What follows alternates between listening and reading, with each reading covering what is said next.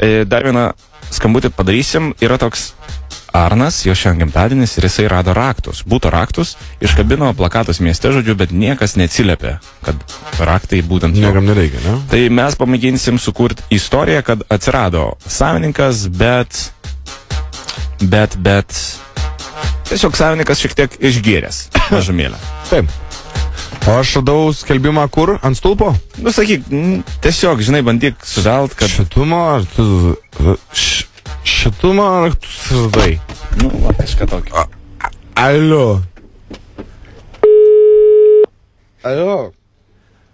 Ta... Kokį? Pašol tu... Klauso? Alio, labas vakaras. Labas vakaras. Aš radau skelbimą, kad čia jūs radot mano raktus. Aš ne šitą numerį palikau. Štai ir prigavo.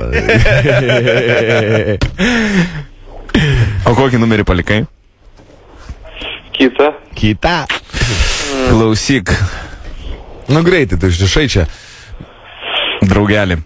Gerai, tai žiūrėk, tada darom tokį. Mes iš tikrųjų žinom, kieno yra raktai.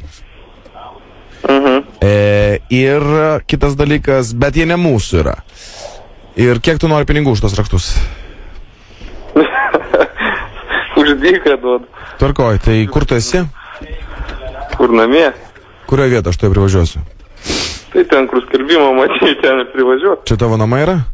Nu. Ant stulpo? Ne, ant stulpo nebuvo. Bet ta prasme tam kur? Ta laiptinė tavo, ar kas čia yra? Jo. Gerai. Tu gali išeiti? Už kiek gali išeiti lauką? Už kiek reikia? Nu, tuoj privažiuosiu aš. Nuo spaudos rūmų? Nuo Andrės. Supratau. Andrės kaip Andrės, ar nuo Andrės, reikėjo sakyti? Andrės. O kas yra Andrės? Žmona. Na, vat, linkėjimai nuo Andrės. Tavo gimtadienis šiandien, tai su gimtadieniu, bet mums nepavyko. Ne tą numerį paliko mums. Kaip sakant, mums tavęs Ačiū. suvedžioti už nosies. Radistai tau skambina iš Zip FM. Ačiū. Didingai dėkojame tau už kaip čia pokalbį ir su gimtadieniu. Iki. Maloniai čia. Linkėjimai. Ate. Vat. Jinkievič, ne tą numerį davai.